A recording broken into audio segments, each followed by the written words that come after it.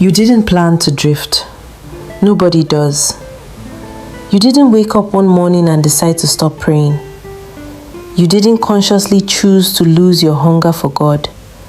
You just got busy, then tired, then distracted, and one day you realize something terrifying.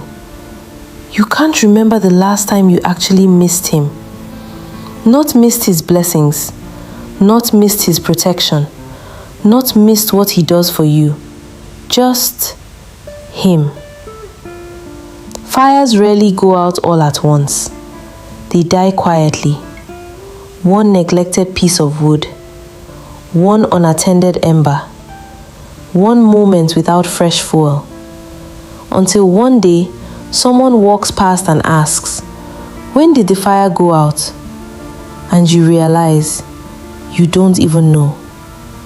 If you've ever felt spiritually numb and couldn't explain why, if you've ever known you should pray but felt nothing when you tried, if you've ever wondered when intimacy became obligation, this episode is for you, because I'm going to walk you through a 5-question diagnostic that will reveal exactly where the drift began. Not to condemn you, to help you find your way back. Welcome to Good Gifts, Lost Fire. This is a sanctuary for the woman who loves Jesus, but somewhere along the way, the closeness she once had with Him started to fade. Not through rebellion, through neglect. I'm so glad you're here, because today we're talking about one of the most dangerous threats to your spiritual life, the slow drift. The kind that happens so gradually, you don't notice it until you're already far from where you started. David knew this danger. After his season of drift, he didn't just pray for forgiveness, he prayed for restoration. Psalm 51:10 says, "Create in me a clean heart, O God, and renew a right spirit within me." God forgives immediately, but intimacy must be rebuilt. And today, we're going to talk about how. Let me show you how drift happens. She used to wake up before her alarm. Not because she had to, because she wanted to be with Him. Prayer wasn't a task, it was the best part of her day. She would sit with her Bible and a warm cup of coffee. No agenda, no rush, just presence. Then life got fuller. Responsibilities increased, schedules tightened, and slowly, so slowly she never noticed it happening, things began to change. An hour became 30 minutes. 30 minutes became 20. 20 became 10. 10 became a hurried prayer while getting dressed. She never decided to stop. It just faded. Here's what nobody tells you about drift. The scariest part isn't that you stop completely. The scariest part is that you settle for less, and it starts to feel normal. 5 minutes of prayer eventually feels acceptable. A rushed quiet time eventually feels sufficient. Sunday only worship eventually feels enough, because you're still doing the things. You're still praying, still reading your Bible, still going to church. Everything looks fine from the outside, but inside, you know something has changed. The hunger has weakened, the fire has dimmed, and you've slowly lowered the standard of intimacy without ever intending to. Let me tell you what happened to me. There was a season when I could pray for hours, not because someone told me I should, not because I was trying to impress God. I genuinely wanted to be with Him. Sometimes I would wake before my alarm simply because I missed His presence. I wanted to hear His voice. I wanted to sit with Him. I wanted to listen. It was life. Then life became fuller. More opportunities came. More demands came. And slowly, imperceptibly, things began shifting. An hour began 30 minutes. 30 minutes became 20. 20 became 10. 10 became 5. Eventually, 5 minutes became a whispered prayer while brushing my teeth. Lord, help me today. I never decided to stop praying. It just faded. And the frightening part? I adjusted. 30 minutes eventually felt normal. 5 minutes eventually felt fine because I was still praying. I was still reading. I was still faithful. Everything looked intact. But inside, I knew. The hunger had weakened. The fire had dimmed. Then one day, the Holy Spirit arrested my attention. I can't even remember what he used. Maybe it was a sermon. Maybe it was a worship song. Maybe it was simply a quiet moment when I finally became still enough to hear him. But suddenly, I realized something that broke me. I couldn't remember the last time I had truly stayed with God. Not the rushed prayers, not the emergency prayers, not the prayers whispered while multitasking, the kind where I simply sat, waited, listened, remained, not asking for anything, just enjoying him. That realization shattered me because I had drifted much farther than I ever imagined. Here's what I need you to understand. Drift is one of the greatest dangers in the life of a believer. Not because it's dramatic, but because it's almost invisible. It happens quietly, one neglected prayer at a time, one skipped Bible reading at a time, one busy week at a time, one postponed quiet time at a time, until eventually you look up and realize you're nowhere near where you once were. Hebrews 2:1 gives us this warning. Therefore, we ought to give the more earnest heed to the things which we have heard, lest at any time we should let them slip. Notice the language. Not reject, not abandon, simply let them slip. Have you ever watched a boat sitting on a calm river? No engine, no dramatic current, no obvious movement. Everyone inside thinks they're standing still. But 20 minutes later, they're far from where they started. Nobody rowed away. They simply stopped anchoring. That's exactly what spiritual drift looks like. Drift doesn't require rebellion. It only requires neglect. Sometimes, drift comes because life becomes busy. Other times, it comes because life becomes painful. A prayer went unanswered.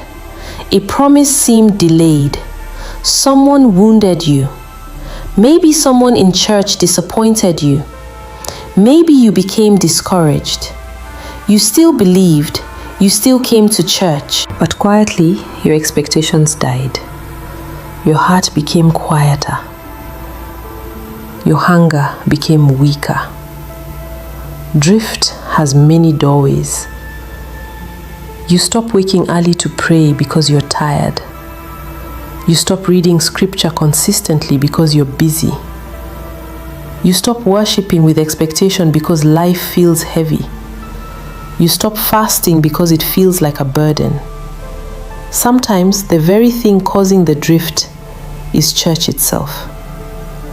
You are at every rehearsal, every meeting, every planning session, every conference. You are an expert in Christian activity, while quietly starving for intimacy. The enemy doesn't always make you sinful. Sometimes he just makes you busy. One compromise, one missed morning, one rushed conversation with God, until eventually your spiritual life begins operating on autopilot. You know the songs, you know the verses, you know the language, but privately you know something has changed. The hunger is gone, the expectancy is gone. The intimacy is no longer what it once was. So let me ask you something. When did prayer stop being a conversation and become another task? When did worship stop being an encounter and become another song? When did scripture stop feeding your soul and become something you merely knew you should read? Be honest. Here's why drift is so deceptive. You can drift and still appear spiritual. You can drift and still preach a good message. You can drift and still lead worship. You can drift and still serve faithfully. Nobody notices. Because activity often looks like devotion. That's what makes it so dangerous. You can be fully engaged in ministry while quietly disconnected from God. David understood this. After his sin, he didn't simply pray, "Forgive me." He prayed, "Create in me a clean heart, O God, and renew a right spirit within me." God forgives immediately, but intimacy must be rebuilt. That's what drift steals. Not your identity as God's child, not His love for you. It steals closeness. It steals hunger. It steals sensitivity. It steals fire. Here's the diagnostic. Don't rush through these. When you pray, do you feel anything? If your phone stopped working for a week, would you pray more or feel lost? When was the last time worship actually moved you? Do you read the Bible to know God or to check a box?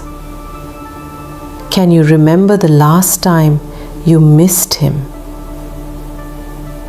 If you answered yes to several of those, don't condemn yourself. Simply recognize what has happened. Recognition is the beginning of restoration. What was happening in your life when you started pulling back? Because that's where the healing begins. Sis, spiritual drift can happen to any believer, but it does not have to be permanent. Here's the beautiful news. Return is always possible. You don't need perfection. You need intention. The fire didn't go out because God walked away. It grew dim because it stopped being tended. But what has grown dim can burn again. Let's pray. Lord, I have drifted, not all at once, little by little, one neglected moment after another. Forgive me. Create in me a clean heart. Renew a right spirit within me. Restore my hunger. Restore my sensitivity. Restore my love for your presence. Teach me again how to abide. I don't want to merely know about you. I want to know you. In Jesus' name, amen. This week, I'm not asking you to pray longer. I'm asking you to linger longer. 5 uninterrupted minutes. No agenda. Just ask, Lord, what is on your heart today? Then remain. Because drift is reversed the same way intimacy is built. One intentional moment at a time. Sis, fires don't stay alive by accident. Neither does intimacy. The fire didn't go out because God walked away. It grew dim because it stopped being tended. But what has grown dim can burn again. You didn't plan to drift, but you can choose to return. Today, right now, one step back toward His presence. Stay on fire, sis. I'll see you in the next one.